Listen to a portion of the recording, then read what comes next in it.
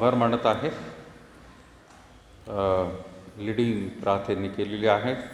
क्वायरने सुद्धा सुंदर गीत गायलं. थँक्यू तुमचे आभार मानत आहे. त्याच रीतीने मागील दिवसांमध्ये ब्रदर झोंबाडे यांनीसुद्धा चांगली लीडिंग केली होती. त्यांचं देखील आभार मानायचे राहिले होते. सुंदर लीडिंग केली त्यांनी, त्यांचंसुद्धा मी आभार मानत आहे. विनंती आहे, शुक्रवारच्या दिवशी प्रियांनो सर्व स्त्रियांना एकत्र येण्यासाठी आव्हान केलेलं आहे. काही स्त्रिया शुक्रवारच्या दिवशी हजर असतात. सगळ्यांना विनंती आहे. मागील रविवारी आपली सभा झालेली आहे आणि त्यावेळेला आपण निश्चित केलं की आपण शुक्रवारच्या दिवशी संध्याकाळी 5 वाजता यावं. कृपा करून सर्वांनी यावं विनंती आहे. त्याच रीतीने सिस्टर मावची यांनी आता सूचना दिली प्रियांनो, 13 तारखेला आपली रौप्य महोत्सव साजरा आपण करत आहोत. तर त्यासाठी लागणारे कृपा करून जे डोनेशन आहे ते खूप लागणार आहे. कारण एक स्मरण पुस्तिका आपल्याला काढायची आहे, त्याला पण मोठा खर्च आहे. आणि जो कार्यक्रम आपण 13 तारखेला करणार आहोत, 13 जानेवारीला दिवसभर राहणार आहे तो कार्यक्रम. तर त्यासाठी देखील खर्च आहे. आणि आता बऱ्याच वर्षापासून प्रियांनो कुठलंही साहित्य आपण म्हणजे वाजवण्याचं जे आपण म्हणत आहोत ड्रम सेट, तो आपल्याला घ्यायचा आहे. तर त्यालासुद्धा प्रियांनो पैसे खूप लागत आहेत. तर कृपा करून सर्वांनी जर कॉन्ट्रीब्यूट केलं तर मला वाटतं, विश्वास आहे, हे 25 वर्ष आहे चर्च बिल्डिंगला देवबापाने आपल्याला खरंच सुंदर रीतीने बांधून दिलेली आहे. आणि जो काही खर्च आहे आत्तापर्यंत मेंटेनन्स आहे तो सुद्धा तुम्हीच त्यावेळेला देत आहात. तुमचे आभार मानते. परंतु ह्या सर्व कार्यासाठी अजून आपल्याला काही पैसे लागणार आहेत. म्हणून प्रियांनो आव्हान आहे, तर कृपा करून सरळ हाताने द्यावं ही विनंती आहे. त्याच रीतीने आपण जेव्हा चर्चमध्ये येतो आहे प्रियांनो, मी मगाशी म्हटलं की एक दार गेट आहे, कृपा करून लावा. आणि चर्चमध्ये आल्यानंतर आपण कुटुंबावर जर बसलो तरी हरकत नाही. कारण एका बेंचवर तुमचं जर कुटुंब असेल, एक किंवा जास्त मोठं कुटुंब असेल तर 2 तुम्ही बेंच घ्या. परंतु स्त्री पुरुष वेगळे होऊ नका, एकत्रच बसा आणि सुरक्षित ते राहील आणि दुसऱ्यांनासुद्धा जागा उपलब्ध राहील. पुरुष मंडळी इकडे, स्त्रिया इकडे आपण पूर्वी बसत होतो, परंतु एका बेंचवरती तुम्ही कुटुंबातले सर्वजण बसलात तर मला वाटतं फार चांगलं राहील. यावेळेला वचनाकडे प्रियांनो आपण जाऊया आणि फिलिप्पीकरास पत्र याचा 4था अध्याय आपण काढलेला आहे आणि 1 ते 9 वचन प्रियांनो आपण वाचलेलं आहे. आणखीन एक गोष्ट राहिली, बरेच नवीन काहीतरी चेहरे दिसत आहेत. ब्रदरची ओळख नाही माझी. येस, तुमची ओळख सांगता? ओके ओके, नॅझरीन चर्चच आहे. ओके, स्वागत आहे तुमचं. तुमच्यावर कोण आलं आहे अजून? एकटं झालं. आपण टाळ्या वाजून स्वागत करू. Welcome, thank you. अजून कोणी आहे का? नाही, तसे जुनेच आहेत. पाळक साहेब पण बऱ्याच दिवसांनी आले मला वाटतं. थँक्यू, तुमचंही स्वागत आहे. विश्वास पण बंधू आलेले आहेत. पाडळे फॅमिली, चांगली गोष्ट आहे, दोघंही आलेले आहेत. अर्चना आणि बादल दोघं आलेले आहेत. बाळ कुठे? ओके, ते पण आहेत. त्यांचंही स्वागत करूया आपण. दोघं उभे राहा जरा. बादल आणि मिसेस आणि बाळ, स्वागत करूया आपण यांचं. गुड, खाली बस. थँक्यू.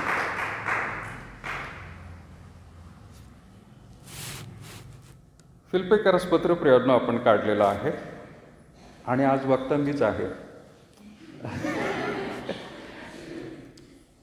अजितचा गोंधळ झाला असं. मागच्या 2-3 आठवडे वक्ते चालले होते आपल्याकडे आणि आज सुद्धाच वक्ते असेल. कालही प्रार्थना मला म्हणाला, डॅडी तुम्ही देणार आहे का दुसरं कोण आहे आज? आणि वेस्टर्न महाराष्ट्राची लाटच होती. तर वेस्टर्न महाराष्ट्रामधून मिड महाराष्ट्रामध्ये पाळक लोक येत होते. चांगली गोष्ट आहे आणि आपल्याला सुंदर वचन देखील ऐकायला मिळालं. देवाची स्तुती असो. अभिनंदन अमित लोंढे यांचं बायबल क्विजसाठी देखील.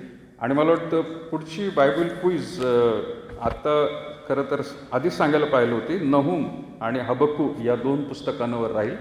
आपण ठरवलं आहे डिसेंबरमध्ये. फार जास्त नाही आहेत, यालासुद्धा 3-3 अध्याय आहेत. तर मला वाटतं वाचून होईल. एक तर 6 अध्यायच आहेत फक्त आणि 6 अध्यायामध्ये फार प्रश्न राहणार नाही. मंडळीतल्या सगळ्यांना आव्हान आहे, कृपा करून बायबल क्विजमध्ये भाग घ्या. एक प्रश्नाला 4 ऑप्शन असतात, योग्य पर्याय निवडायचा असतो आणि पर्याय फार सोपे असतात. तुम्ही वाचलेलं असेल तर तुम्हाला लगेच समजेल. तर कृपा करून त्यामध्ये सगळ्यांनी भाग घ्यावा ही विनंती आहे. आणि आपल्यामध्ये ज्यावेळेला आपण आता स्मार्ट मूव्ज म्हणून जे वेबिनार घेतलं त्यामध्ये जवळपास मला वाटतं 140च्या आसपास मुलं मुली जॉईन झालेले आहेत आणि ते सुद्धा त्यामध्ये भाग घेत आहेत. एवढीच एक अट आहे की लिंक पाठवल्यानंतर पुढच्या अर्ध्या तासामध्ये, म्हणजे 30 प्रश्न असतील तर एक अर्धा तास, खरं तर आपण पूर्वी 30 प्रश्नांना 15 मिनटंच देत होतो, पण आता काही जण नवीन होते, तर त्या दिलेल्या वेळामध्येच जर तुम्ही करत असाल आणि त्यामध्ये तुमचं जर बरोबर उत्तर सगळी येत असतील तर आपण, म्हणजे जास्तीत जास्त गुण पडत असतील, तुम्हाला मार्क्स पडत असतील तर बक्षिसाचे पात्र तुम्ही होता असं आहे. तर आत्तापर्यंत आपण जुन्या करारातून मागच्या बाजूने पुस्तकं घेत आलेलो आहोत. तर नहूम आणि हबक्कू या 2 पुस्तकांना अभ्यास सुरू करा.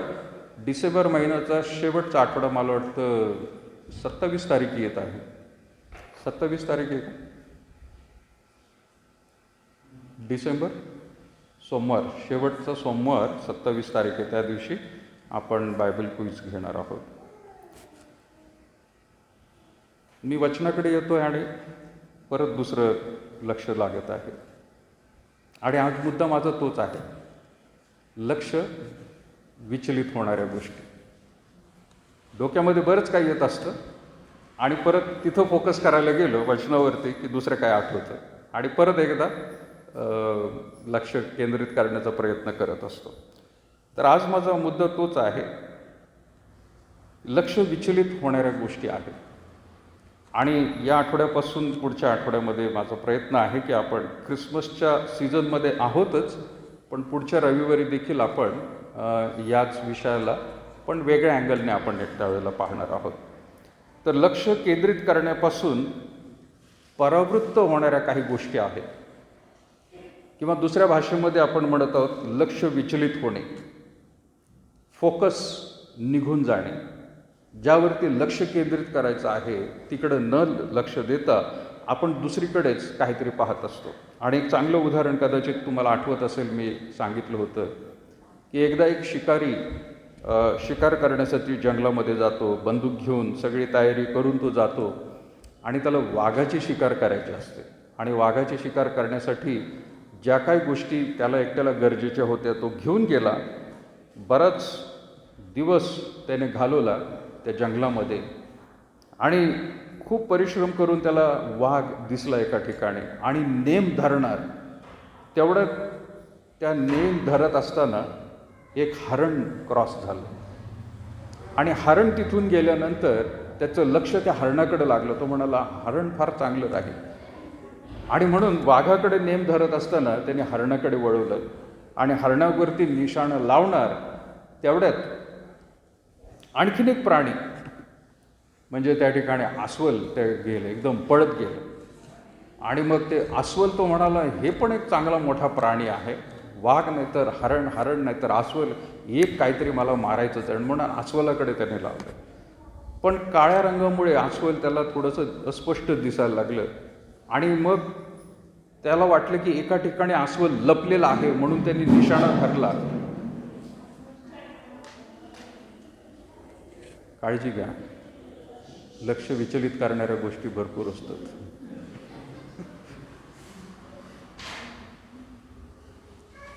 कोणाला लागलं नाही अशा अपेक्षा आहे. संडे स्कूल वाटत नाही कधी कधी, आहे ना?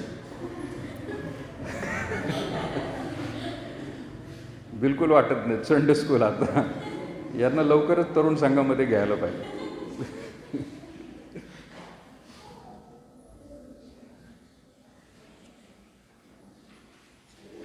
या बसा लवकर.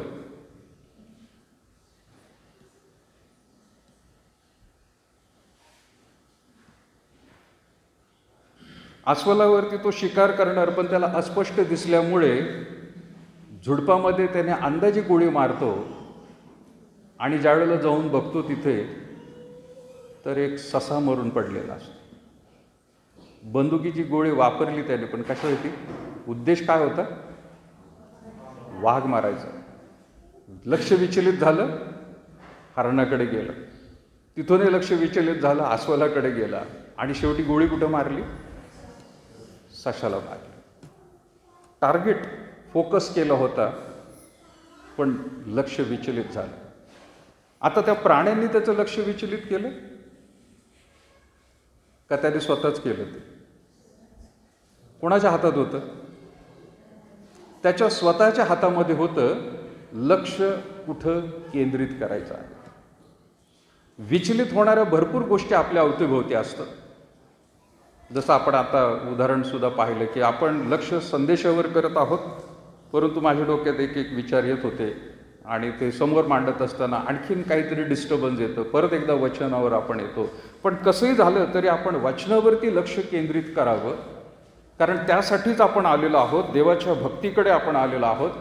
बऱ्याच वेळेला मंडळांमध्ये येण्याचा उद्देश पूर्वीच्या काळी, निश्चितच आज नसेल, पण काही लोकांचा उद्देश काही मंडळांमध्ये आपण पाहिला असेल तर कोणाला तरी भेटण्यासाठी चर्चमध्ये येत असतो आपण. काहीतरी काम आहे कुणाकडे म्हणून त्यावेळेला आपण चर्चमध्ये येत आहोत. किंवा ती व्यक्ती ख्रिस्ती आहे तो नक्कीच त्या दिवशी चर्चला येईल आणि त्याची आपली भेट होईल आणि आपलं काम पूर्ण होईल, म्हणून चला बाकी सगळं सोडून आणि चर्चला जाऊ, या उद्देशाने काही लोक आलेले असतात. काही दुसऱ्या मोठमोठ्या मंडळी आहेत, त्या ठिकाणी त्यांचा उद्देश जरी चांगला असला, चर्चला जायचं आहे, पण तिथं आल्यानंतर एकमेकांकडे पाहण्यामध्येच त्यांचा वेळ तिथं गेलेला असतो. आपल्या मंडळीमध्ये तसे लोक नाही आहेत, पण चर्चमध्ये आल्यानंतर स्त्रिया ज्या आहेत त्यांचं लक्ष कुठं लागलेलं असतं? कोणती साडी कुणी घातलेली आहे, कसल्या प्रकारची घातलेली आहे. मुलामुलींचं लक्ष कुठं लागतं? कोण आलं आहे बाबा आज चर्चमध्ये, नवीन कोण आहे का, ड्रेस कोणता घातलेला आहे, कशा प्रकारे ते आलेले आहेत. काहीतरी दुसरीकडे लक्ष जात असतं. अशाच रीतीने फिलिप्पीच्या देखील मंडळीमध्ये काही लोक होते आणि पाऊल त्यांना वारंवार आणि सारखं सारखं त्यांना सांगत आहे की तुम्ही लक्ष द्या त्या गोष्टींकडे. 4था अध्याय आपण काढलेला आहे आणि त्याचं पहिलं वचन काय म्हणत आहे? फिलिप्पीकरास पत्र याचा 4था अध्याय आणि पहिल्या वचनामध्ये म्हटलं आहे, म्हणून प्रियजन हो, ज्या तुम्हाकडे माझे लक्ष लागून राहिलेलं आहे, माझं लक्ष लागून राहिलेलं आहे, व जे तुम्ही माझा आनंद व मुकुट आहात, त्या माझ्या प्रिय बंधूंनो, तुम्ही प्रभूमध्ये तसेच कसे राहा? अस्थिर राहा. प्रभूमध्ये अस्थिर राहा. फक्त नाही आहे माझ्याकडे आणि तुमच्याकडे पण नाही आहे. शब्द किती बदलून जातो. स्थिर, अस्थिर.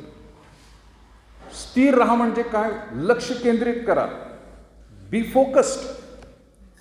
ज्या गोष्टी तुम्हाला करायचं आहे तेच गोष्ट करा, अन्यथा तुम्ही दुसरीकडे वळाल. शक्यता आहे की त्या एका निर्णयामुळे तुमच्या जीवनामध्ये खूप वाईट बदल सुद्धा होतील. क्वचितच काही वेळेला चांगले बदल होत असतात. आणि पाऊल तेवढ्यासाठी म्हणत आहे, माझं लक्ष मात्र तुमच्याकडे लागलेलं आहे. फिलिप्पीच्या मंडळीकडे त्याचं लक्ष लागलेलं आहे, कारण ते लोक थोडेसे अस्थिर झालेले आहेत. त्यांच्या सर्व या वर्तणुकीमुळेच पाऊल त्यांना म्हणत आहे की तुम्ही माझा आनंद व माझे मुकुट आहात.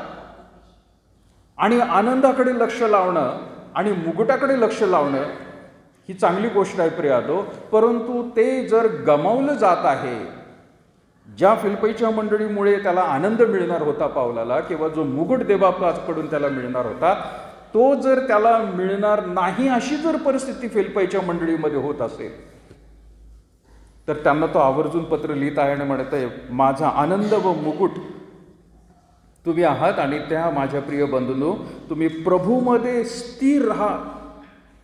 काही लोक अस्थिर असतात, प्रभूमध्येच नाही, काही वेळेला मंडळांमध्ये देखील अस्थिर होतात. काही वेळेला त्यांच्या जीवनसाथीबद्दल सुद्धा त्यांना अस्थिरता वाटत असते. काही वेळेला नोकरीबद्दल अस्थिरता वाटत असते. आर्थिक परिस्थितीमुळे अस्थिरता वाटत असते. शैक्षणिक आणि आपल्या करिअरविषयी देखील अस्थिरता वाटत असते. काय होणार नक्की, कसं होणार याच्याबद्दल फोकस नसतो त्यांचा. काही दिवसांपूर्वी जे वेगवेगळे वेबिनार मी पण अटेंड करत होतो, त्यामध्ये सांगण्यात येत होतं जास्त करून, विशेष करून माझे जे मेव्हणे आहेत हर्षानंद वाघमारे, त्यांनी एक सेमिनार घेतला आणि त्यामध्ये मार्गदर्शन करत असताना आम्हाला वाटलं होतं 10वीच्या पुढे मुलांना काय करिअर करावं, कसं करावं याचं चांगलं मार्गदर्शन खरं तर त्यांना मिळेल म्हणून त्यांनी सांगायला सुरुवात केली. पण नंतर त्यांच्या बोलण्यातून असं समजून आलं की फक्त 10वीमध्ये गेल्यानंतर मुलांनी निर्णय घेऊ नये, तर ज्या वेळेला ते 7वी, 8वी, 9वीमध्ये असतात त्याच वेळेला जर त्यांनी फोकस केला, मला 10वी नंतर हे करायचं आहे, तर 10वीला ते खरंच अभ्यासात एवढ्या स्फूर्तीने करतील आणि 10वी नंतर नक्कीच त्यांचा जो मार्ग आहे तो क्लिअर होणार आहे. त्यांच्या लेक्चरमधून समजून आले हे. बऱ्याच वेळेला आपण असा विचार करतो की 10वी नंतर पाहूया किती पर्सेंटेज पडतात आणि त्या पर्सेंटेजप्रमाणे ठरवू कोणत्या लाईनमध्ये जायचं आहे. परंतु त्यांच्या सांगण्याप्रमाणे ते म्हणाले की आईवडिलांनी देखील यामध्ये लक्ष द्यायला पाहिजे की मुलगा 7वी, 8वी, 9वी तेव्हापासूनच त्याची आवड कशाची आहे, त्याला कोणत्या गोष्टीमध्ये, कोणत्या विषयामध्ये त्याला आवड आहे, हे जर त्यांनी फोकस करत करत 10वीमध्ये मात्र बरोबर तिथंच यायचं आहे. आपण म्हणतो 10वी नंतर मग विचार करू किती पडतील मार्क्स, चुकीची गोष्ट आहे. आध्यात्मिक रीतीने देखील प्रियातो मंडळी अस्थिर झालेली आहे आणि म्हणून पाऊल त्यांना आवर्जून म्हणत आहे की प्रभूमध्ये तुम्ही स्थिर राहा. बऱ्याच वेळेला ह्या लोकांना खरं तर सुवार्ता सांगितल्यानंतर त्यांची आध्यात्मिक परिस्थिती डामडौलाची झालेली आहे. यहुदी लोकांमध्ये सुद्धा तसे काही होते प्रियातो, फिलिप्पीमधले नाही, पण यहुदी लोकांना सुद्धा असं वाटत होतं की आम्ही येशू ख्रिस्त हा जो नवीनच देव आलेला आहे, स्वतःला देव म्हणतो, याच्या मागे कसं काय जावं, कारण आम्हाला मात्र एकच देव याच्याबद्दल शिक्षण मिळालेलं आहे. आणि म्हणून इब्री लोकांचं पत्र ज्यावेळेला तुम्ही वाचताल त्यावेळेला त्या यहुदी लोकांना उद्देशून ते लिहिण्यात आलेलं पत्र होतं की ज्यामध्ये त्यांना तो सांगत आहे की तोच यहोवा परमेश्वर येशू ख्रिस्तामध्ये त्याची पूर्तता कशी झालेली आहे, विश्वासाला डगमगू देऊ नका. या ठिकाणी देखील प्रियतम अशाच प्रकारची गोष्ट आपल्याला पाहायला मिळत आहे. आणि मग यामधून पुढे जर आपण बघितलं तर प्रियतम तो वारंवार 4थ्या वचनापासून म्हणत आहे, प्रभूमध्ये सर्वदा आनंद करा. पुन्हा म्हणेन आनंद करा, तुमची सहनशीलता सर्वांना कळून येऊ, प्रभू समीप आहे. कशाविषयी चिंताक्रांत होऊ नका, तर सर्व गोष्टींविषयी प्रार्थना व विनंती करून आभार प्रदर्शनासह आपली मागणी देवाला कळवा. कशाविषयी चिंताक्रांत होऊ नका. आणि मनुष्य चिंताक्रांत कधी होतो, ज्या वेळेला त्याचं लक्ष जे आहे विचलित झालेलं, डायव्हर्ट झालेलं आहे. चिंता त्यावेळेला जास्त होत असते.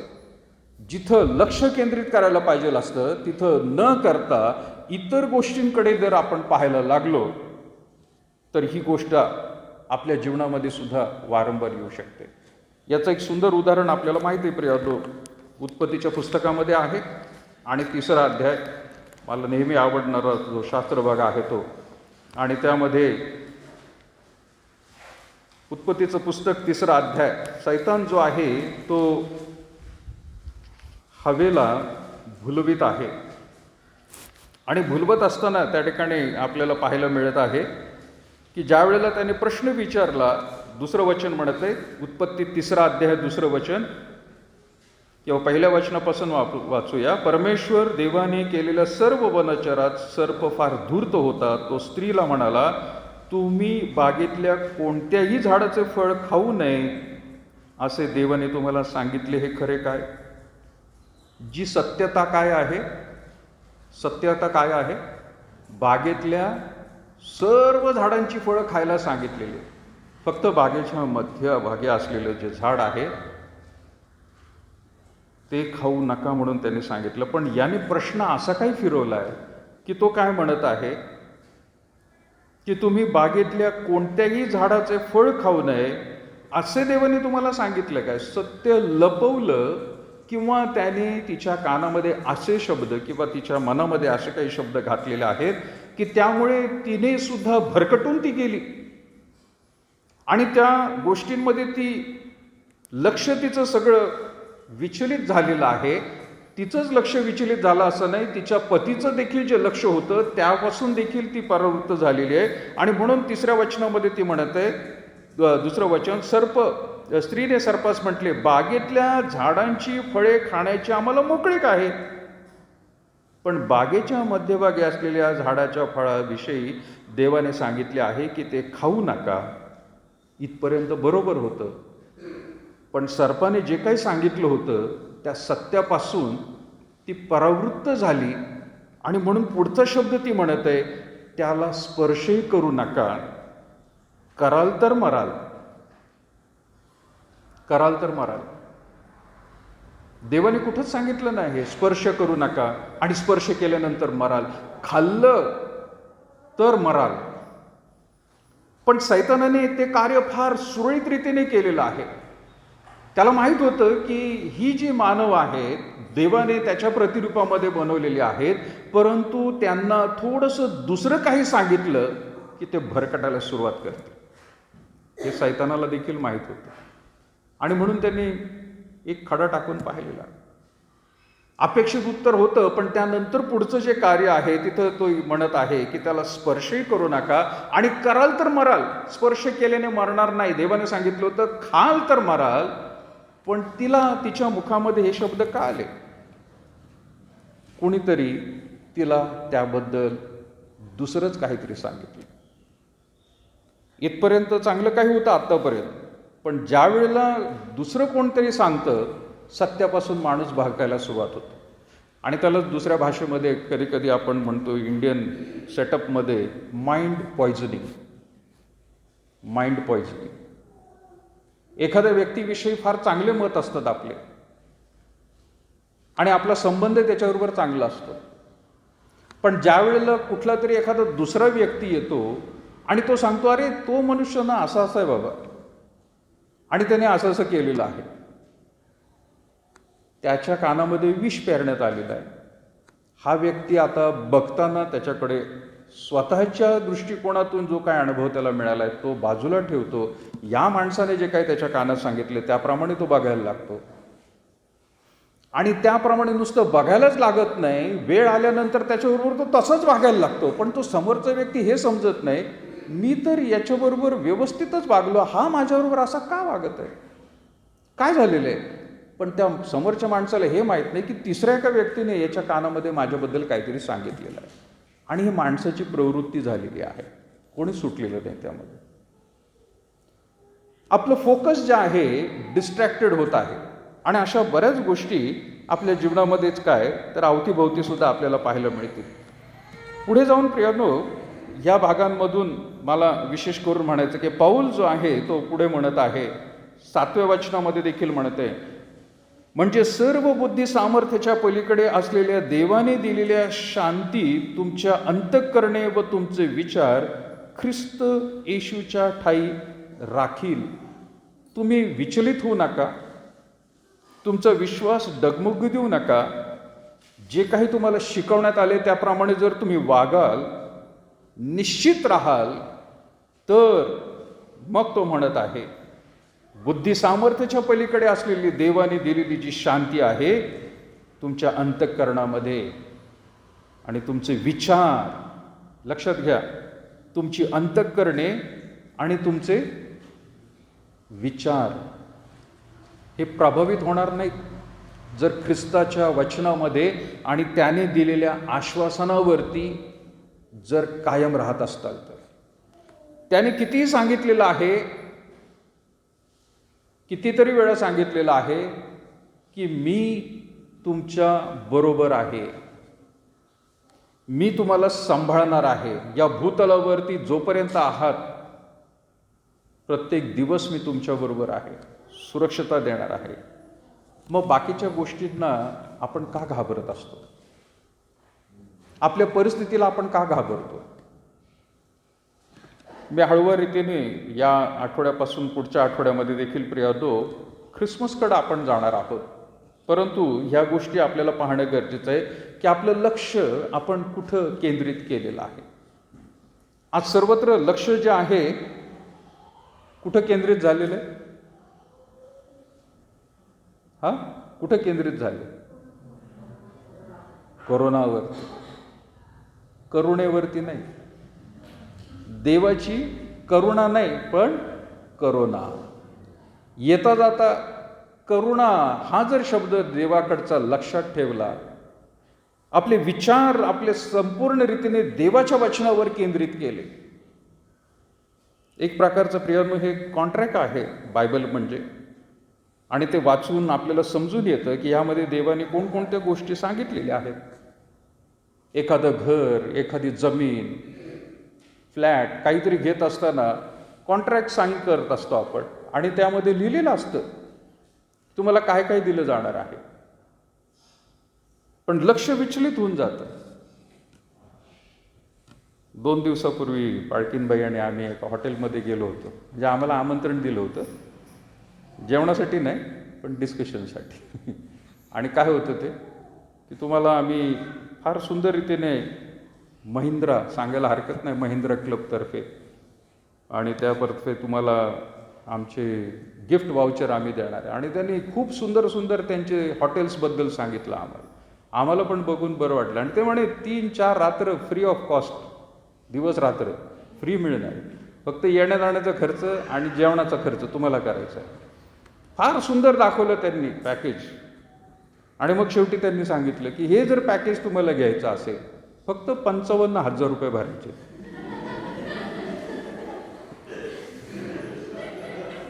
दाखवलं सगळं काही व्यवस्थित. आम्हाला फार छान वाटलं, प्रेक्षणीय वाटलं. आणि 3-4 दिवस आणि रात्र फ्री जर मिळणार आहे स्टे, हॉटेलचं पण भाडं खूप असतं, पण मग ते जर फ्री मिळणार असेल तर हरकत नाही. पण ज्या वेळेला मी सारखं त्याला विचारत होतो की नाही ह्याचं मला कॉस्ट सांगा, ते सांगतो साहेब पुढचं तर ऐकून घ्या, ते सांगतो साहेब पुढचं तर ऐकून घ्या. आमचं लक्ष जे आहे त्या कॉस्टवर होतं, आणि त्याचं लक्ष जे आहे तो मुद्दामून आम्हाला भरकटत होतं.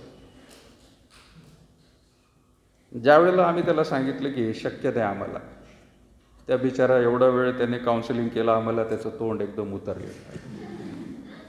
त्याला वाटलं चांगलं गळ्याला लागले हे मासे. आणि असा अनुभव ह्याच्या आधी एकदा आला होता आम्हाला, पण दुसऱ्या संदर्भात होता, आणि म्हणून आम्ही दोघंही प्रिपेअर्ड होतो. आम्हाला माहिती होतं इथं स्वतःची मान द्यायला आपण चाललेलो आहोत, पण सावध राहायचंय. मागच्या वेळेला जी घटना घडली होती यावेळेला तशी होऊ द्यायची नाही. त्यावेळेला आम्ही फसलो, पण दुसऱ्या दिवशी मागं फिरलो आम्ही तिथून, आणि मग थोडासा मनस्ताप झाला. पण डिस्ट्रॅक्टेड गोष्टी, लक्ष जे आहे जीवनामध्ये जे आपण ठेवलेलं आहे तिकडेच लावायला पाहिजे. त्यांचं लक्ष तेच होतं, कसंही करून गळाला मासा लागला पाहिजे. पण आमचंही लक्ष तेच होतं की नाही बाबा, आपण अडकू द्यायचं नाही स्वतःची मान त्याच्यामध्ये. आध्यात्मिक दृष्ट्या देखील पाऊल म्हणत आहे आपले विचार तुम्ही सांभाळा. माणसाचं सर्व जीवन विचारांवरती अवलंबून आहे. विचार जर चांगले आहेत, ख्रिस्तामध्ये जर आहेत, पवित्रतेचे असतील, तर परिस्थिती अवतीभोवती कशी असू द्या, whatever the circumstances, I look to the lord. परिस्थिती कशी असू द्या, भयंकर असू द्या, पण मी देवाकडे माझं लक्ष लावणार आहे, मी दुसऱ्या गोष्टींकडे जाणार नाही. हीच एक गोष्ट खास करून आपल्याला प्रेषितांच्या पुस्तकामध्ये देखील पाहायला मिळते. प्रेषितांची पुस्तक प्रेषितांची कृत्य याचा 2रा अध्याय, 3रा अध्याय काढू आपण. प्रेषितांची कृत्य याचा 3रा अध्याय आणि वचन 2 पासून कोणीतरी वाचेल आपल्यासाठी, 2 ते 4. प्रेषित 3रा अध्याय 2 पासून किंवा 1 पासून वाचलं तरी चालेल, 4 पर्यंत. कोणी वाचेल आपल्यासाठी?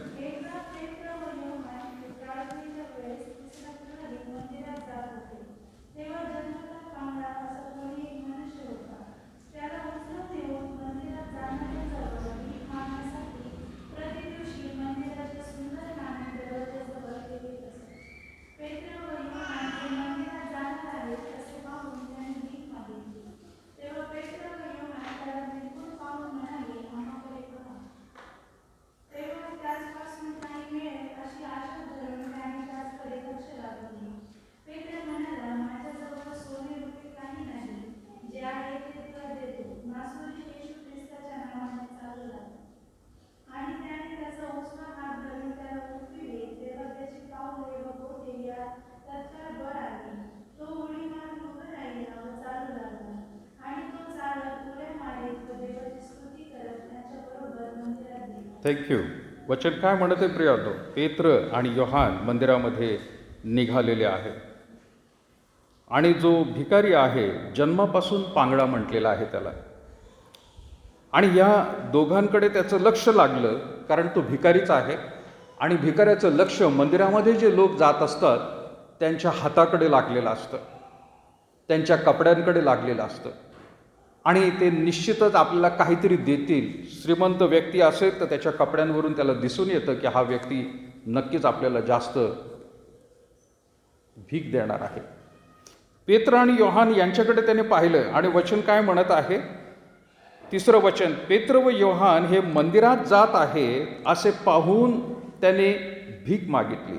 त्याने सुद्धा पाहिलं, लक्ष लावलेलं आहे, त्याने पाहिलं या दोघांकडे. शब्द म्हणून तिथे म्हटलेला आहे, ते मंदिरात जात आहे असे पाहून, डोळे तिथं वापरले त्याने. तेव्हा पेत्र व योहान यांनी त्याचकडे निरखून पाहिले. याने दृष्टी लावली की काहीतरी मिळेल आणि यांनी देखील आपले डोळे उपयोग घेतला आणि आपला फोकस त्याच्यावरती केलेला आहे. आणि म्हणून तिथं म्हटले, तेव्हा पेत्र व योहान यांनी त्याचकडे निरखून पाहिले. नुसतंच पाहिलं नाही, निरखून पाहिलं, कोण आहे हा. आणि मग पुढे काय म्हटलंय? आणि पेत्र म्हणाला, काय म्हणाला पेत्र? काय म्हणाला? आम्हाकडे. मग हा कुठं बघत होता? आम्हाकडे पहा म्हणतोय, पण हा बघत होता कुठं? मग हा बघत होता त्यांच्या हाताकडे. हे हात खिशात घालतील, हे हात त्यांच्या झोळीत घालतील. त्याचं लक्ष त्यांच्याकडेच होतं, पण लक्ष त्याच्या स्वतःच्या स्वार्थासाठी ते होतं. आणि यांचं मात्र स्वार्थ नव्हता, यांना काहीतरी द्यायचं होतं, पण ते सुद्धा विशेष त्याला काहीतरी द्यावं असं म्हणून त्यांनी काय म्हटलेलं आहे की आम्हाकडे पहा, आम्हाकडे पहा. हाताकडे बघू नको, खिशाकडे बघू नको, झोळीकडे बघू नको, आम्ही काय घेऊन आलेलो आहोत म्हणून, पण आमच्याकडे तू लक्ष दे, आम्हाकडे पहा. तेव्हा त्यांच्यापासून काहीतरी मिळेल या अपेक्षाने त्याने त्यांच्याकडे लक्ष लावले. आता परत लक्ष लावलेलं आहे. इतका वेळ तो पाहत होता त्यांच्या हाताकडे, त्यांच्या झोळीकडे बघत असेल, काहीतरी त्यांनी घेतलं असेल, पण आता त्यांनी लक्ष लावलेलं आहे त्यांच्याकडे. आणि मग काय झालं? मग पेत्र म्हणाला, माझ्याजवळ सोने रुपये काही नाही.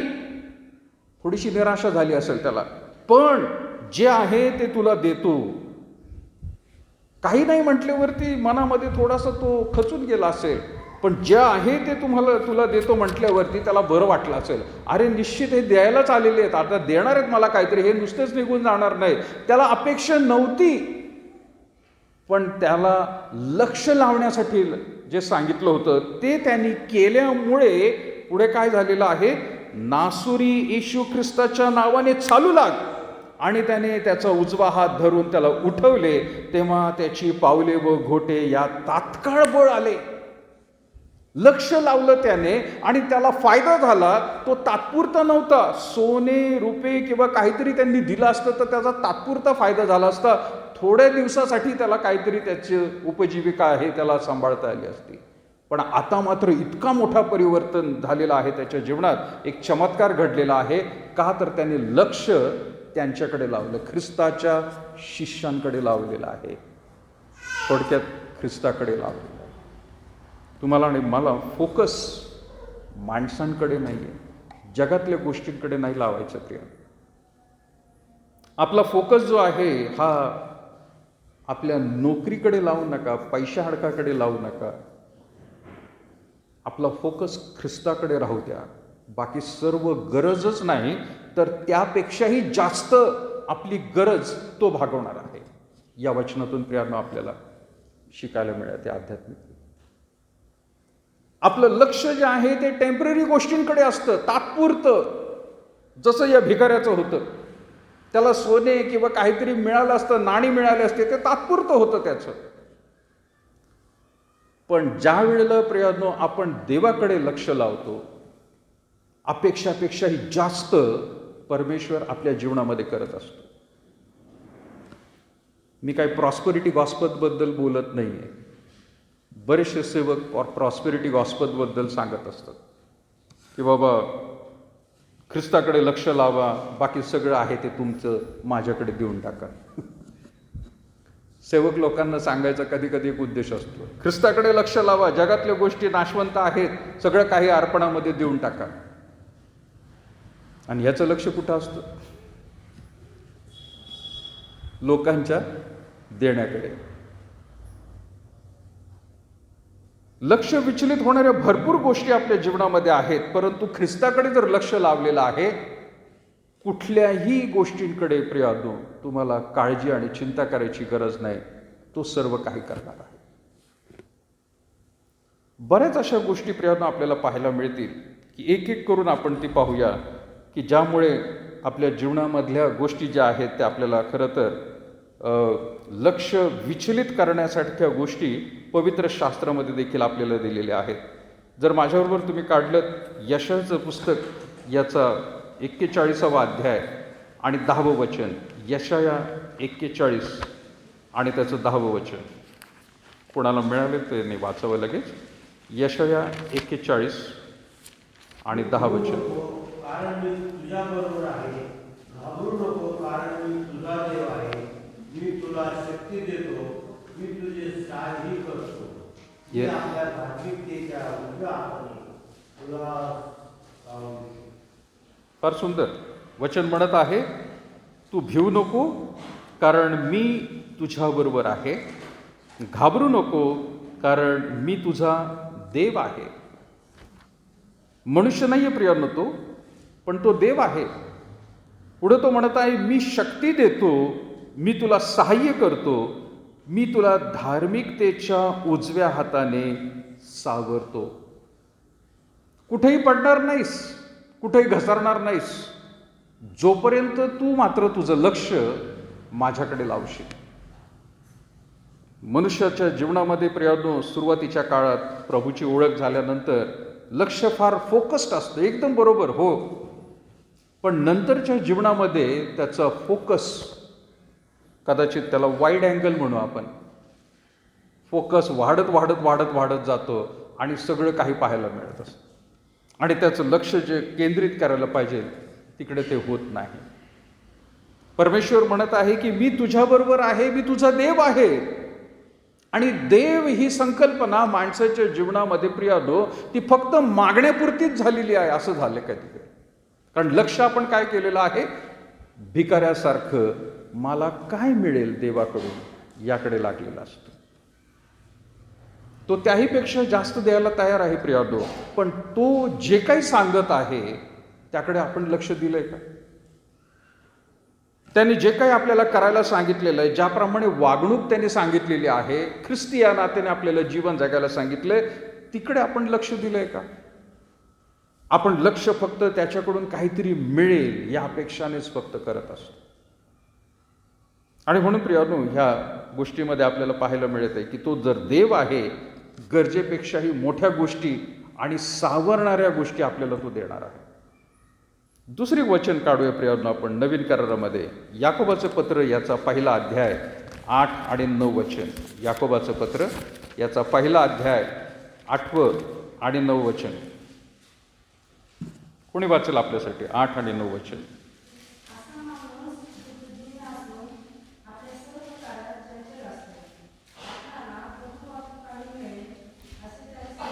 येस, पुढे.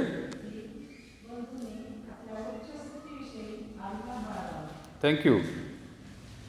याकोब काय म्हणत आहे? माणूस द्विबुद्धीचा असून आपल्या सर्व कार्यात चंचल असतो. द्विबुद्धी म्हणजे काय?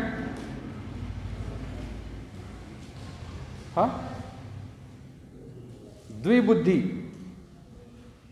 एकदा हो म्हणतो, दुसऱ्यांदा नाही म्हणतो, एकदा नाही म्हणतो, दुसऱ्यांदा हो म्हणतो, एकदा वाटतं करू, दुसरा वाटतं नको करू. द्विबुद्धीचा माणूस असून आपल्या सर्व कार्यात कसा असतो? तो चंचल असतो. त्याला वाटतं हे करावं, पण दुसरं एक स्प्लिट पर्सनॅलिटी त्याला म्हणू आपण. दुसऱ्या वेळेला वाटतं की नाही नाही नाही नको करायला. कधी कधी वाटतं नाही नाही नाही हे नकोच. देव म्हणतो नाही नाही करावं हे.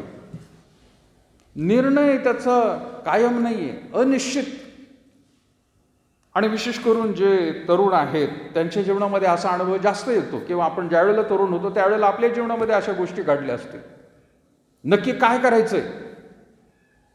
जर देवामध्ये आहे तर त्या मनुष्याची बुद्धी स्थिर राहते प्रिया. तो हलत नाही, तो डुलत नाही.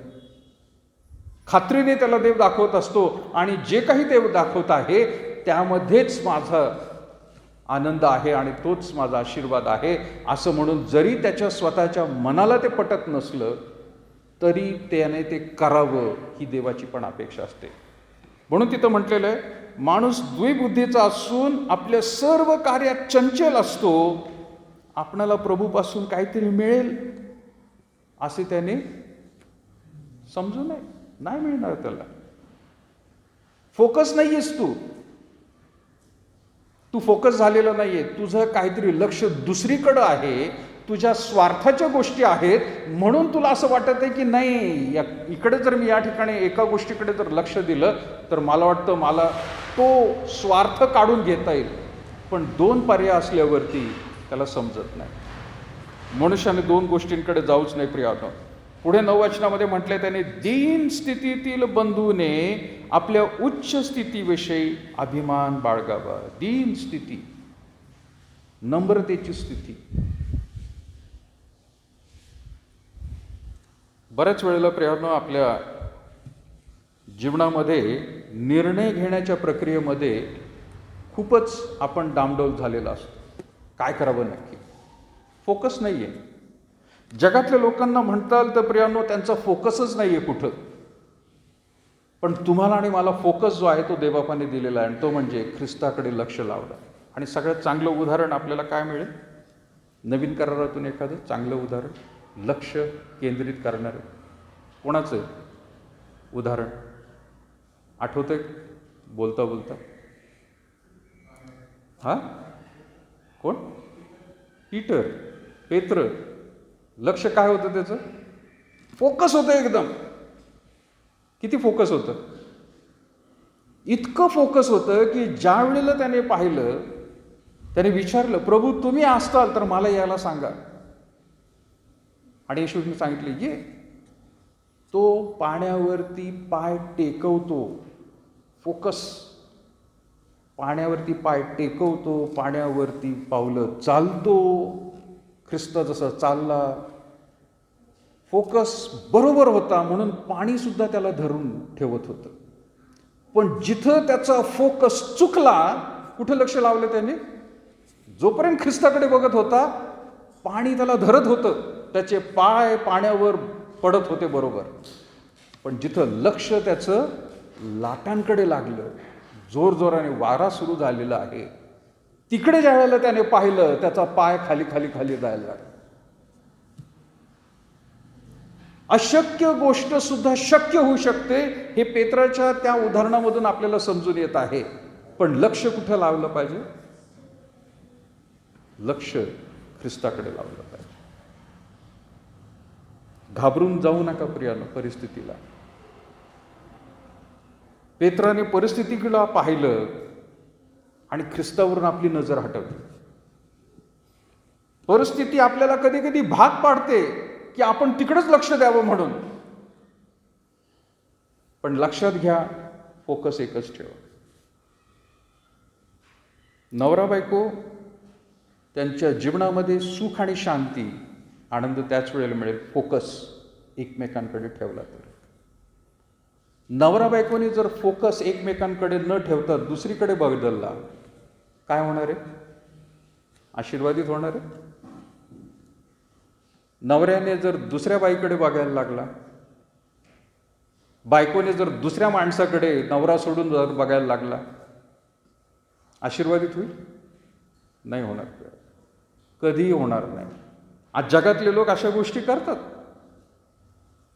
पण विश्वासणारे त्यांना ही गोष्ट पाप म्हणून सांगितलेली आहे, त्यापासून परावृत्त व्हायला सांगितलेलं आहे.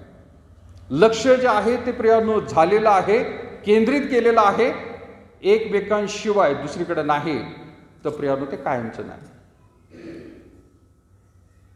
आज वेगवेगळ्या रीतीने ख्रिस्ती कुटुंबियांमध्ये देखील प्रियांनो भयंकर अशा गोष्टी दिसून येतात. वादविवादाने ते सुरू होतात, संशयाने ते सुरू होतात आणि कुठंतरी घटस्फोटामध्ये, हाणामारीमध्ये, कुठंतरी पोलीस कंप्लेंटमध्ये आणि कुटुंब उद्ध्वस्त होण्यापर्यंत ते जातात. लक्ष कुठंतरी वेगळीकडेच लागलेलं आहे. वेगवेगळ्या गोष्टी प्रियांनो आपल्या समोर आहेत, पण माझ्याकडे वेळ नाही एवढा की आपण या सगळ्याच गोष्टी आजच्याच पाहू आपण.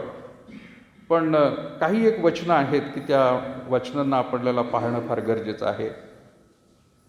रोमकरासपत्र आपण काढूया, 16वा अध्याय आणि त्याचं 17 वचन काय म्हणते बघा. रोमकरासपत्र याचा 16वा अध्याय आणि 17 वचन कोणी वाचेल? आता बंधुजनो, मी तुम्हाला विनंती करतो की तुम्हाला जे शिक्षण मिळाले आहे त्याविरुद्ध जे चुकी व अडथळे घडून आहेत त्यांच्यावर लक्ष ठेवा आणि त्यांच्यापासून दूर राहा. येस, एक विशेष रोमच्या मंडळीला तो म्हणत आहे पाऊल. बंधुजनो, मी तुम्हाला विनंती करतो की तुम्हाला जे शिक्षण मिळाले आहे त्याच विरुद्ध जे फुटी व अडथळे घडून आणतात. शिक्षण तुम्हाला दिलेलं आहे, पण त्याच्या विरुद्ध कोणीतरी तुम्हाला दुसरंच काहीतरी सांगत आहे की त्याच्यामुळे फुटी पडत आहेत. आज प्रियांनो, विश्वासणाऱ्यांच्या जीवनामध्ये आपल्याला माहिती आहे ख्रिस्त केंद्रित आहे आपण. ख्रिस्ताशिवाय आपण दुसरीकडे जात नाही. त्याला ओनली जीजस सुद्धा म्हणत नाही आपण. आपण त्रैक्यावर विश्वास ठेवणारे आहोत. आता यहोवा विटनेसवाले फक्त यहोवावरती लक्ष देतील. ओनली जीजसवाले फक्त जीजसकडेच लक्ष देतील. येशूच फक्त, ते यहोवाकडे आणि पवित्र आत्म्याला महत्त्व देत नाहीत. एवढे आहेत म्हणतात ते, पण एवढं नाही. आणि दुसऱ्या बाजूला पेंटिकॉस्टल जे आहेत ते म्हणतात नाही, फक्त पवित्र आत्मा फार महत्त्वाचा आहे.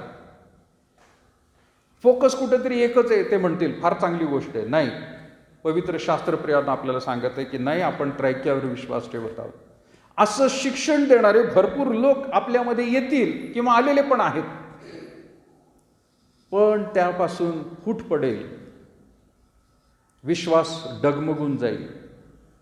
आता तर नवीन वेगवेगळे शिक्षण द्यायला लोक आलेले आहेत. माता मंडळी म्हणून अहमदनगरमध्ये सुद्धा स्थापन झाली असं मी ऐकलं. मला माहीत नाही तर लॉकडाऊनमध्ये परिस्थिती काय आहे. येरुशलेम माता मंडळी स्वतःला ख्रिस्तीच म्हणवतात, पण कुठला एक कोरियन माणूस आहे, त्याची बायको ती फार महत्त्वाची आहे, येरुशलेम माता आहे ती, असं म्हणून ख्रिस्ती लोकांना त्या ठिकाणी अगदी वाईट शिक्षण देत आहेत. ते सभासद त्यांचे गोळा झाले तर जो कोणी जास्तीत जास्त सभासद आणेल त्याला पर्सेंटेजवरती पैसे मिळतात. कुठं बायबल स्टडी घेतला तर त्याचं रेकॉर्डिंग त्यांना पाठवायला लागतं, त्याचे पैसे मिळतात. आणि पैसे मिळत आहेत म्हटल्यावरती बरेचसे तरुणी त्याच्या मागे लागलेले आहेत. कुटुंब गेलेले आहेत पैसे मिळत आहेत म्हणून. काही शिक्षण प्रियांनो अशी विचित्र समाजामध्ये येतील, पण लक्ष फोकस एकाच ठिकाणी ठेवायचं. पूर्वी मी ऐकलं होतं की काही ठिकाणी मंडळां ख्रिस्ती लोकांची फार झुंबड उडते त्या चर्चमध्ये. रविवारी खूप लोक जातात आणि मला समजलं की त्या मंडळीमध्ये त्या पाळकाचं काहीही शिक्षण झालेलं नाही आहे. देवाच्या वचनाचं शिक्षण त्याचं झालंच नाही, पण तरी झुंबडच्या झुंबड तिथं जात आहे. का माहिती? कारण चर्च भक्ती संपल्यानंतर तिथं बिर्याणीचं जेवण असतं. फोकस कुठे? फोकस बिर्याणी, देवाचं वचन नाही. ते म्हणतील तुमच्याकडून काय उपयोग आहे? आम्ही फक्त चहाच देत होतो, पण ते बंद आहे आता मशीन. लक्ष जे आहे वेगळ्याच ठिकाणी लागलेलं आहे शिक्षणामध्ये. आणि असे लोक प्रियांनो आपल्या जीवनामध्ये खूप येतील आणि जातील सुद्धा, पण आपल्याला फोकस राहायचं आहे. देव आणि माझं शिक्षण हे महत्त्वाचं आहे. आणि म्हणून या गोष्टींमध्ये पाऊल देखील त्यांना म्हणत आहे, बंधुजनो, मी तुम्हाला विनंती करतो की तुम्हाला जे शिक्षण मिळाले आहे त्याविरुद्ध जे फुटी व अडथळे घडून आणतात त्यांच्यावर काय ठेवा, तुम्ही लक्ष ठेवा आणि त्यांच्यापासून काय राहा, दूर पण राहा, दूर पण राहा. लक्ष पण ठेवा, फोकस करा त्यांच्यावर, त्यांच्या शिक्षणावर नाही, पण ते तुमच्या जवळ येऊ देऊ नका. म्हणजे अगदी तेव्हापासून देवाच्या खऱ्या वचनाला, खऱ्या भाकरीला लोकांनी झिडकारलेलं आहे. अगदी तेव्हापासून जे सत्य आहे ते. वेगवेगळ्या रीतीने लोक येतील आणि सांगतील प्रियांनो बाप्तिस्मेविषयी.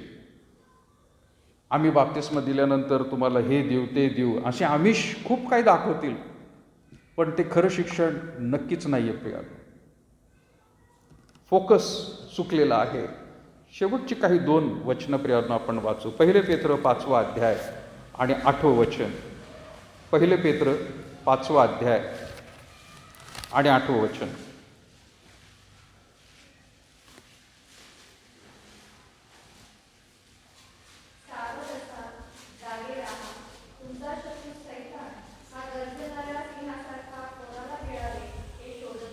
येस, सावध असा आणि काय राहा, झोपा काढा. सावध असा आणि कोणी झोपत नाही, झोपायचं नाही का मग?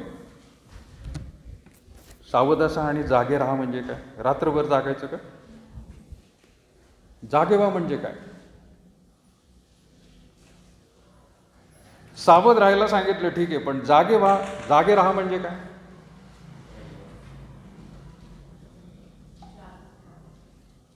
एक दोन जण जागे झाले आता एकदम.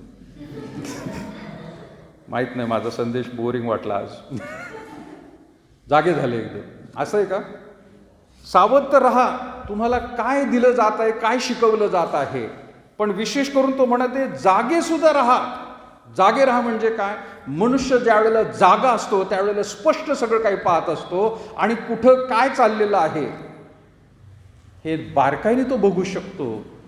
तसं रात्रीच्या वेळेला होत नाही. झोप आलेली असते, डोळे मंद झालेले असतात. म्हणजे काय, कधी कधी शिक्षण किंवा कधी कधी असं वाटतं संदेश, अरे ऐकलेलं आहे, माहिती आहे आम्हाला, टेक इट इझी, फार जास्त हे नाही, लहानपणापासून करत आहे. तो मनुष्य कसा झालाय, पेंगत चाललाय. आणि त्या माणसाबद्दल म्हटले, तुमचा शत्रू सैतान हा गरजणाऱ्या सिंहासारखा कोणाला गिळावे हे शोधत फिरत असतो. आध्यात्मिक रीतीने तुम्ही डल झालात, तुम्हाला वाटत आहे की नाही कुठंतरी हे सगळं झालंय, ऐकलेलं आहे आम्ही. सावध राहा. जरी ते ऐकलेलं आहे तरी आज ती घटका येऊ शकते की तुम्ही म्हणताल की नाही, हे दुर्लक्ष केलं, सैतान कधी ताबा घेईल सांगता येत नाही. कारण तो सिंह दिसेल आपल्याला येताना, पण हा सैतान दिसणार नाही. पण त्या सैतान सिंहासारखा पूर्ण गिळून टाकण्यासाठी तो येणार आहे. हिंस्त्र प्राणी सैतान समोर येताना दिसू शकतो, पण सैतान तीच वृत्ती वापरणार आहे गिळण्यासाठी, पण तो तुम्हाला दिसणार नाही. हा धोका आहे त्याच्यामध्ये, हा धोका आहे फार. आणि म्हणून तो म्हणत आहे सावध राहा. आता ख्रिसमस आलाय, काही लोक येतील परत आपल्या भक्तीच्या बाहेर देखील. ख्रिसमसच्या दिवशी काही लोक येतील आणि काय पत्रकं वाटतील. कसली पत्रकं वाटतील? काही लोकांना मिळाली पत्रकं, आहे का नाही? काही लोकांनी हाकलून टाकलं होतं मागच्या काही 2 वर्षापूर्वीपासून. ख्रिसमस साजरा करू नका. कुठे लिहिलंय ख्रिसमस शब्द? दाखवा बायबलमध्ये. चुकीचं आहे सगळे हे. खूप काही असं सांगतील प्रिया. गरजणारा सिंह. वॅक्सिनपासून देखील सावध राहा म्हणतील तुम्हाला. आता माझ्याकडे पण एक असे क्लिप आलं आहे, फेसबुकचे काही आले की त्याच्यामध्ये सांगितलं त्या वॅक्सिनचं थेंब घेतला आणि त्यांनी फोकस केला बायनोक्युलर, काय कशामध्ये, मायक्रोस्कोपमध्ये त्यांनी, आणि त्याच्यात सांगितलं की बघा याच्यामध्ये चिप आहे आणि त्या चिपला अगदी छोटीशी चिप आहे, त्याला धागे सुद्धा आहेत, म्हणजे राखीसारखं दिसत येते. ते अँटीना आहेत त्याचे त्या वॅक्सिनमध्ये. मला एकदम हे डिस्टर्ब झालो मी पाहून ते. आणि ख्रिस्ती लोक आहेत ते सगळे, आणि ते सांगतायत पाठ सभेच्यापासून सावध राहा बरं का, वॅक्सिन घेऊच नका. आणि त्यांनी फोटो पण दाखवलाय त्याच्यामध्ये की काय आहे ते म्हणून. नाही, प्रभूकडे सगळ्यांनाच जायचं आहे, पण वॅक्सिन घेऊन जर गेलं तरी चाललं, तिकडेच जाणार आहे. न घेतलं तरी काही लोक म्हणतील तिकडेच जायचं आहे. पण जोपर्यंत जीवन आहे व्यवस्थित आपण जगू, विश्वास देवावर ठेवा. सगळ्या जगामध्ये ते चाललेलं आहे. कुठल्या तरी एखाद्या समाजावरती जर षडयंत्र करून ठेवलेलं असतं तर आपण म्हटलं असतं की नाही, ख्रिस्ती लोकांसाठी षडयंत्र आहे, म्हणजे त्यांना टार्गेट केलेलं आहे. गरजणारा सैतान आपल्याच समाजामध्ये, आपल्याच लोकांनी आपल्यालाच प्रियांनो अजून खाली पाडण्याच्या गोष्टी करत, आणि त्यामुळे कितीतरी लोक आहेत अजून त्यांनी वॅक्सिनच घेतलं नाही. आपल्या मंडळीतले सुद्धा काही लोक आहेत की त्यांनी वॅक्सिन घेतलं नाही. का तर केडगावमध्ये सुद्धा एक ख्रिस्ती मनुष्य आणि बाप आणि पुत्र दोघांनी वॅक्सिन घेतले आणि दोघंही मरण पावले झाले. म्हणून मंडळीतल्या काही लोकांनी वॅक्सिन बंद नाही घ्यायचं, म्हणजे सुरुवातीपासून त्यांनी ठरवलं. ख्रिस्ती होते ते, त्यांना काही आजार असेल, काहीतरी त्रास असेल किंवा लागवणही झाली असेल, बऱ्याचशा गोष्टी आपण पाहतो. पण वैज्ञानिकदृष्ट्या सर्व जगामध्ये जर हे चालू आहे, जसं आपल्याला वेगवेगळे पोलिओचे आणि देवीचे वॅक्सिन्स मिळत होते, त्यावेळेला सुद्धा लोक तसेच विचार करत असतील. पण आज आपल्याला माहिती आहे की त्याच्यामुळे आपल्याला आरोग्य मिळेल, आपल्या मुलांना आरोग्य मिळालेलं आहे. हे सुद्धा एक पुढे जाऊन तसंच वॅक्सिन होणार आहे. पण सावध राहा म्हणत आहे, सावध राहा, तुमचा शत्रू सैतान हा गरजणाऱ्या सिंहासारखा कोणाला गिळावे हे शोधत राहत आहे. प्रियानो, एक शेवटचं वचन वाचू आपण आणि मग थांबूया. मार्क शुभवर्तमान 11 अध्याय आणि 23 वचन. प्रियानो, मार्क शुभवर्तमान 11 अध्याय आणि 23 वचन.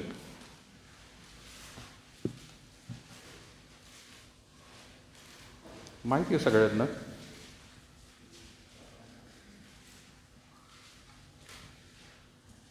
वाच कोणी. मी तुम्हाला खचित सांगतो की जो कोणी या डोंगराला तू उपटून समुद्रात टाकण्याचा असे म्हणेल आणि आपल्या अंतःकरणात शंका न बाळगता आपण म्हणतो तसे घडेलच असा विश्वास धरी त्याच्या शब्दांप्रमाणे घडून येईल. कोणता शब्द महत्वाचा आहे? थँक्यू. कोणता शब्द महत्वाचा आहे या वचनामध्ये?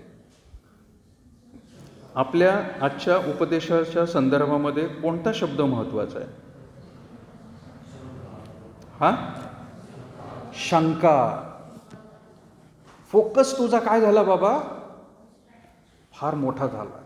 आणि म्हणून तो म्हणत आहे, मी तुला खचित सांगतो की जो कोणी या डोंगराला तू उपटून समुद्रात टाकला जा असे म्हणेल आणि आपल्या अंतःकरणात शंका न बाळगता. अंतःकरणात शंका उत्पन्न होते, संशय निर्माण होतो. इथं प्रभू येशू ख्रिस्त लक्ष द्यायला सांगत आहे. ख्रिस्त सुद्धा फोकस करायला सांगत आहे. कुठलाही गोष्ट, मला माहीत नाही तुम्ही गॅस वेल्डिंग करताना बघितलं का? गॅस वेल्डिंगचा तो स्पार्क म्हणजे ती ज्वाला असते, तर ती आधी आग दिसत असते लायटर लावल्यानंतर, पण नंतर तो मनुष्य 2 बटणे ॲडजस्ट करत असतो. 2 बटणे ॲडजस्ट केल्यानंतर ती आग एकदम आटोक्यात येते आणि इतकी तीक्ष्ण आग होते निळ्या रंगाची की लोखंड सुद्धा कापायला लागतं. पाण्याने सुद्धा लोखंड कापला जातो, दगड कापला जातो पाण्याने कसं काय? एका क्षणात. नुसतं पाणी दगडावर उतरून काही होणार नाही. मराठीत पण म्हणे नाही का त्याला, दगडाला पाजर काय फुटणार आहे, काय होणार नाही. पण ज्या वेळेला ते एवढं मोठं पाणी फुल प्रेशरमध्ये जेव्हा एक बारीक धार लागते, त्यावेळेला दगड काय, लोखंड सुद्धा कापला जातो. एकदम फोर्सफुली आणि बारीक धारामध्ये कापलं जातं ते. विश्वास जो आहे ख्रिस्तावरती इतका तुम्ही ठेवायला पाहिजे. डोंगर काय, सगळं काही तो करायला तयार आहे. त्याच्याबद्दल तो म्हणत आहे, या डोंगराला तू उपटून समुद्रात टाकला जा असे म्हणे आणि आपल्या अंतःकरणात शंका न बाळगता आपण म्हणतो असे घडेलच. च शब्द फार महत्वाचा आहे. असा विश्वास धरशील तर त्याच्या शब्दाप्रमाणे घडून येईल. होऊ शकेल नाही म्हटलेलं आहे. तू डेफिनेट राहा, मी डेफिनेट करेल ते म्हणत. पण आपण इनडेफिनेट आहोत. आपला जर फोकस केलेला आहे. इथं सुद्धा फोकस गाणं लावल्यानंतर दिसतं का नाही तुम्हाला? कुठं गेलं याचं?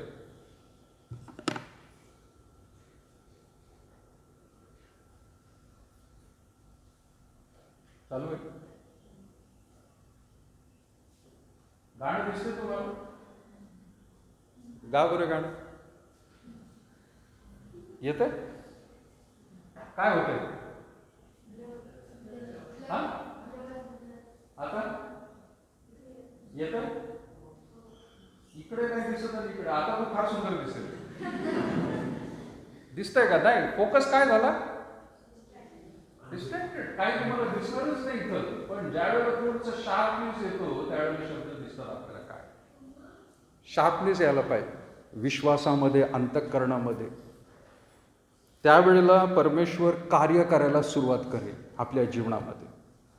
आपण सगळीकडे कुठंतरी त्या ठिकाणी विश्वास ठेवत आहोत त्याच्याप्रमाणे, जगातल्या गोष्टींप्रमाणे, आणि परत रविवारच्या दिवशी देवाकडे म्हणतं, देवा अशी अशी प्रार्थना ऐक माझी. तो नाही करणार. लक्ष केंद्रित करा. पुढे जाऊन पुढच्या आठवड्यामध्ये प्रियांनो आपण याच विषयावर येऊ आणि ख्रिसमसकडे कसं आपण चाललो आहोत या फोकसमधून. निश्चितच ख्रिस्ताने देखील फोकस वधस्तंभावर जाण्याआधी फोकस केला होता. त्याचा फोकस कोण होता? तुम्ही आणि मी. सर्व मानवजाती फोकस होता त्याचा. यांच्यासाठी मला रक्त सांडायचं आहे, आणि म्हणून त्या फोकसनेच तो वधस्तंभावरती गेला. तो डिस्ट्रॅक्ट झाला नाही. तो डिस्ट्रॅक्ट झाला नाही. त्याने लग्न नाही केलं बरं का. काही लोक म्हणतात त्याने लग्न केलं. कोण होती त्याची बायको म्हणतात? कोण होती? मरिया मग्दलेनी त्याची बायको होती. काही लोक सांगतात त्याने जर लग्न केलं असतं तर आपण म्हटलं फोकस डिस्ट्रॅक्ट झालं. त्याने फोकस डिस्ट्रॅक्ट होऊ दिला.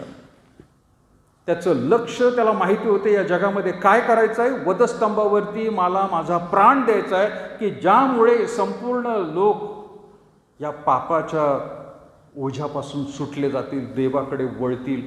हा फोकस त्याचा कायम होता, आणि म्हणून तो फोकस कायम ठेवला. अगदी वधस्तंभावरती प्राण जात असताना देखील काय म्हणाला? हे देवापा, हे बापा, यांना काय कर? क्षमा कर. हे काय करतं? त्यांना कळलं.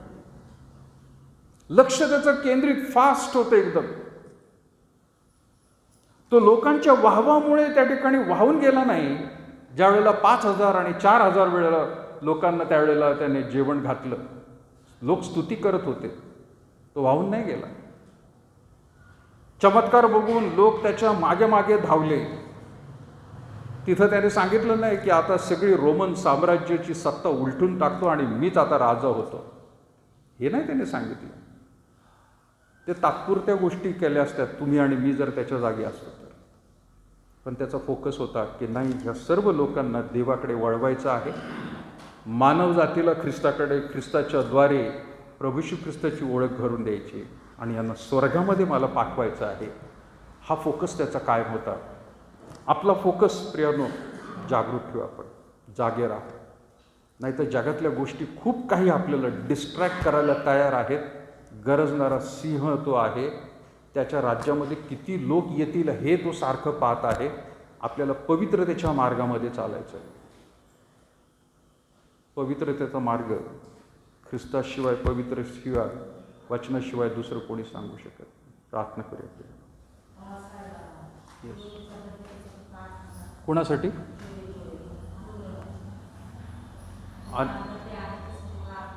ओके, प्रार्थना करूया आपण.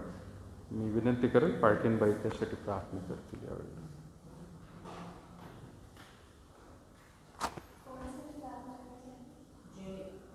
जोएलसाठी, जोएलला.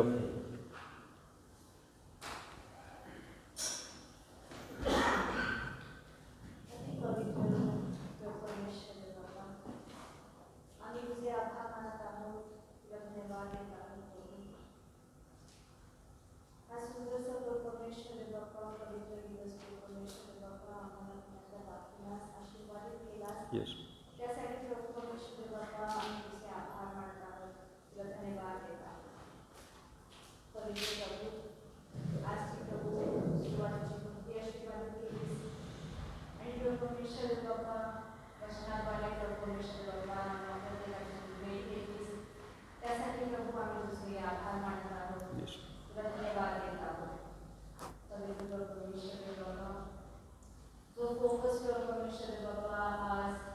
जसे स्वर्गात तसे पृथ्वीवर तुझ्या इच्छेप्रमाणे हो.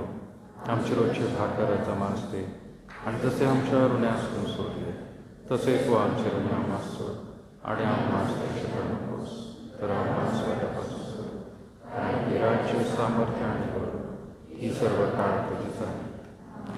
आपल्या परमेश्वराचं प्रेम, प्रभू श्री ख्रिस्ताची कृपा आणि पवित्र आत्म्याची सहभागिता आता आणि इथून पुढे सदैव तुम्हा सर्व लहान थोर प्रियजनांबरोबर असो. खाली बसूया प्रिया. काल आज सर्व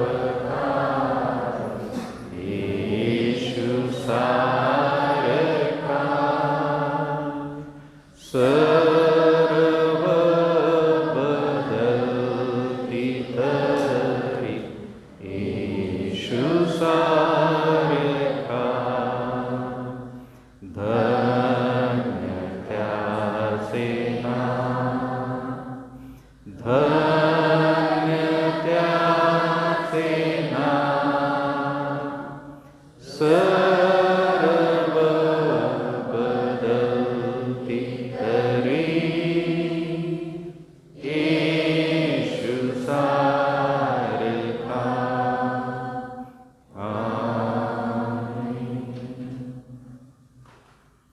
थँक्यू. सगळ्यांचे आभार मानत आहे. कृपा करून पुढच्या रविवारी आपण 10 वाजता भेटूया. विनंती आहे, ज्यांनी रोजची भाकर मराठीमध्ये घेतली नसेल प्रार्थनेला कॉन्टॅक्ट करा, आणि जे घेऊन गेलेले आहेत आणि दिले नसतील तर कृपा करून ते सुद्धा जमा करा. मला लवकरात लवकर त्यांना पाठवायचे आहेत पैसे. दुसरी गोष्ट, हबक्कू आणि नहूम 2 पुस्तकांना वाचायला सुरुवात करा, फार जास्त नाही, आणि शेवटचा सोमवारी सर्वांनी भाग घ्यावं विनंती आहे. थँक्यू.